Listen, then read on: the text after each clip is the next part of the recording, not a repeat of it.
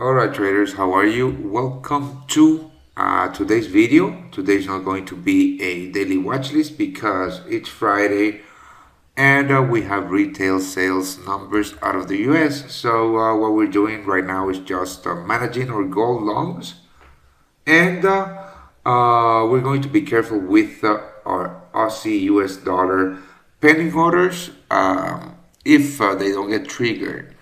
30 minutes before the release, we're going to delete that order. But today, I want to talk about key levels, right? And the importance about key levels. So, why don't we grab this GBPUSD chart, right? And let me just delete all the drawings, right? And what I want to show here, what I want you to understand here is one, the importance of key levels, of course, and second, how simple trading can be if you are patient enough to wait for the retest of those key levels, right? So let's grab the GBPUSD chart, right? This is the 4-hour chart.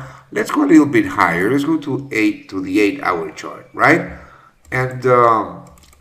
And what we can see here is that we have a massive key level that's being retested right now, right?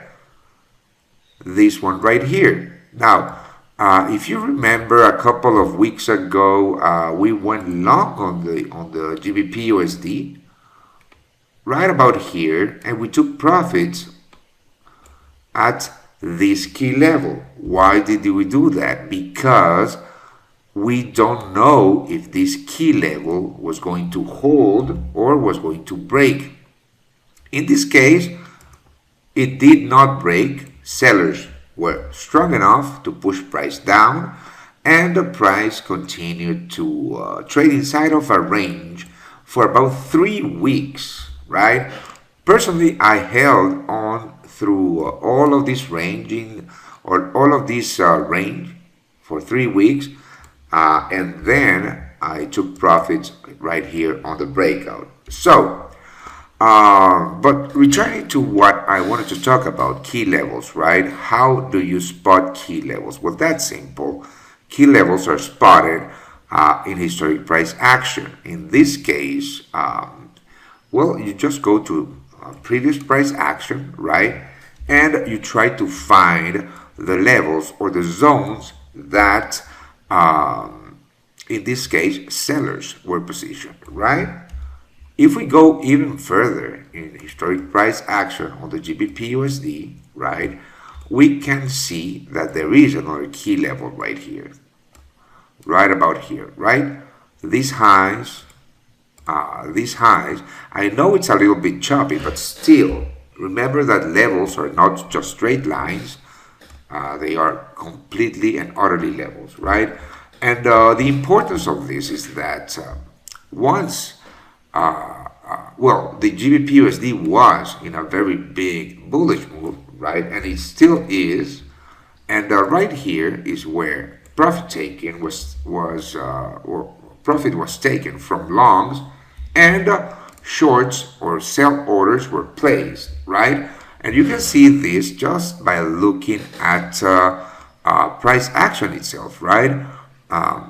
Actually, let's go even further to the 12-hour chart. So we can actually look at price action without any noise. From this low right here on September 24th, 2020, around the 126.70, let's call it, right here, this is where buyers started to jump in, right? And price rallied from low to high 8% or 1,000 pips. And right here is where price started to consolidate. So what does that tell you? That tells you that buyers started to take profit right here, and you have to go even further in price action to understand why this happened. So we're going to go to the 2-day chart, right? Why price started to consolidate around this level, right? we have to go back in historic price action, and if you look at this right here, this high right here, this high, which is the September 19th 2017 high, and this low right here is exactly that level that we were talking about, right? So it's pretty obvious that profit taking was going to take place right here, and sellers were going to position themselves here too. So it doesn't matter if it's profit taking from buyers or sellers jumping into the market, the pressure is the same. It's a selling pressure, right? Why? Because this is the next key level after we broke with this high and this high, right? So if you notice, the GBPUSD hadn't traded at this level since January 2018, and well, since May 2018. So that's a big lapse of time, and this was the retest of this broken level. If you catch my drift, right? Of course, that this sell spot did not work for sellers, and let's go back to the 8-hour chart to continue, and let's just delete the line that we just drew, right? And let's keep the two lines that we just drew on the 2-day chart, right? So eventually, buyers broke with this level, which means that buyers were strong enough to swipe all the sell orders that were placed right here, and price rallied, right? When price rallied from the lows to the high about 5%, right, on this breakout, the only possible trade, or the only profitable trade, is going to be a buy, right? Okay, so where are we going to look for buys? At the retest of this level, all right? Remember, this is the 8-hour chart. This is the 8-hour chart, okay? And right, so this is the first retest of the level, okay? We can see that sellers were in control from this high to this low. This is a 331 pip move, or a 2.37% move to the downside. So sellers were indeed in control of the market at this moment in time, right? But they were not strong enough to swipe with all the buy orders that were placed here, okay? And I personally do not like to buy blindly on a retest. What I wait for is for this, right? For price to make a higher low, in this case, because we are looking to buy, and here I look for my trigger to buy, right? And what happened here? Price did not reach the previous highs. Why was that? Because there was another key level being retested right here. If you notice, I mean, this is the 8-hour chart, of course, right? If we go lower to the 4-hour chart again, we can see that, I mean, if we grab this high right here, right? And if we grab this low, this is the level that, or the next key level where we should have been taking profit should we have been on this buy. And this would have yield a nice 187 pips. Right. Fast forward to present price action, right? Fast forward to present price action. After the breakout of the 140 level, which is a massive level of, was a massive level of resistance. Let me just delete all of these lines, right? What are we going to do, right? What are we going to do? Let's go to the hourly chart because I want to show you something. This was clearly a beautiful bull trap. Just look at this candle right here, right? This is the reason that I hate buying on so high on the breakouts, right? On overextended moves. Why? Even though price was holding this level of support and we got this nice pin bar, I was not going to buy. Why? Because this key level that was broken with had not been retested just yet, right? And the retest happened yesterday, right? And this was the opportunity to buy the GBPUSD. The reason that I did not buy the GBPUSD was because at this moment in time, right, the immediate structure was still bearish. We were still making lower lows and lower highs, right? And for me to be able to buy a retest, the immediate structure needs to break, right? And in this case, it's this high, which hasn't broken yet. It's about to break. But the reason that I did not take that trade and I did not send the signal was because where was I going to take profits, or where was I going to place my TP1? Of course, at the next key level, which is these lows. And if you notice, the risk versus the reward on this trade is super bad. So to me, that is a no trade, even though the probability of the GBPUSD rallying from the retest of the 140 is super high, right? To come back to key levels, right? Trading has to be simple. And the way that I see it, the way that I look at setups, right, or the way that I look for setup is just trying to figure out where big buyers and big sellers are going to get in, right? Because let's face it, we do not have the buying power to move markets. We have to piggyback on big players in the market. And big players in the market are not going to be buying at these highs at all. They're going to wait for price to come and retest this key level, right? Perhaps even doing a little bit of a stop hunt, and then we're going to see that rally.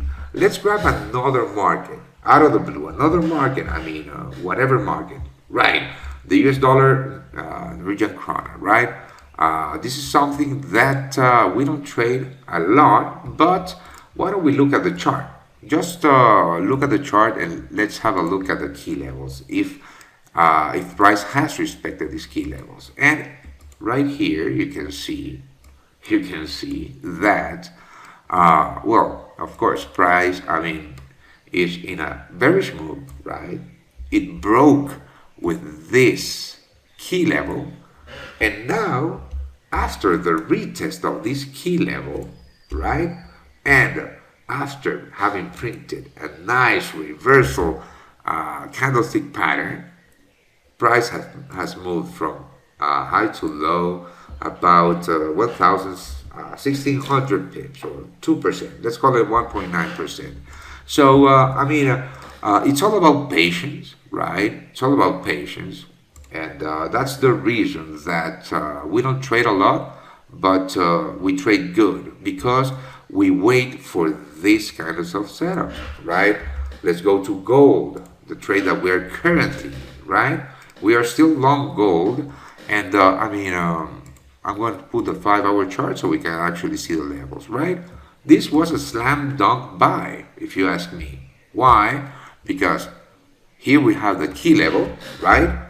Why is this a key level? Because this is the level that when price broke with and was retested with, this is where sellers, real big sellers, jumped in and moved price down from high to low about 7.7%, or 1,400 pips, right? Then, and this was back in February 22nd this year, right? Then we broke with this level, right? And I waited for that retest for the perfect buy. And it's that simple. It's that simple. I mean, there's no magic wand behind it at all.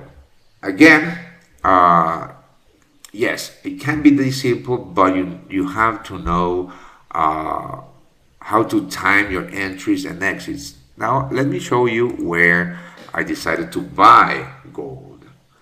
We entered at the 1815, if you remember, right? Why did I enter at the 1815? That was based on the 30-minute chart, I think so. Yeah, exactly, a 30-minute chart. So what I saw at that moment in time was this, right? I saw this retest of that key level.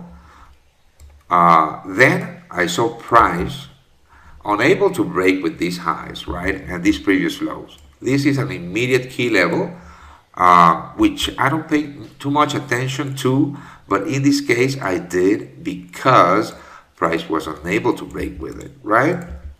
So my first thought was to place a buy stop above these highs, right? But I didn't like the risk to reward, so I waited to see if price made a lower low, then a lower high, and then I could place a buy stop lower with a better risk to reward. And then I saw this, right? I saw this on the 30-minute chart. I saw price breaking with these lows, trapping shorts in the process, hunting stops in the process. Then I saw this candle and this candle, right?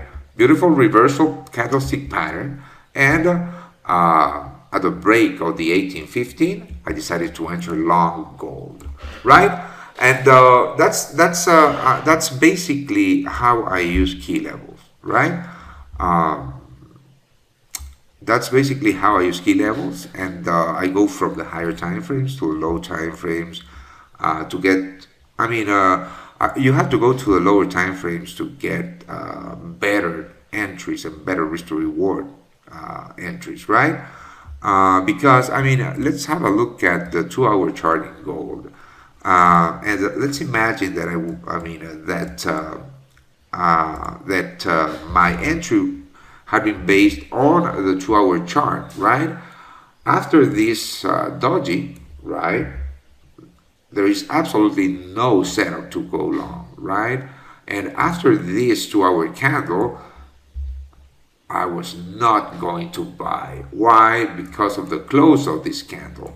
And again, the inability to break with these highs. So I would have to place my my buy stops above these highs, my stop losses are below this low, and my first targets at the highs. But because I went lower to the 30-minute chart, I was able to get a better risk to reward ratio and get 2 TPs on this trade. So there you go. This is how you use key levels. And if you have any questions, just comment on this video. And if you want to be part of the VIP, there's a link below this video.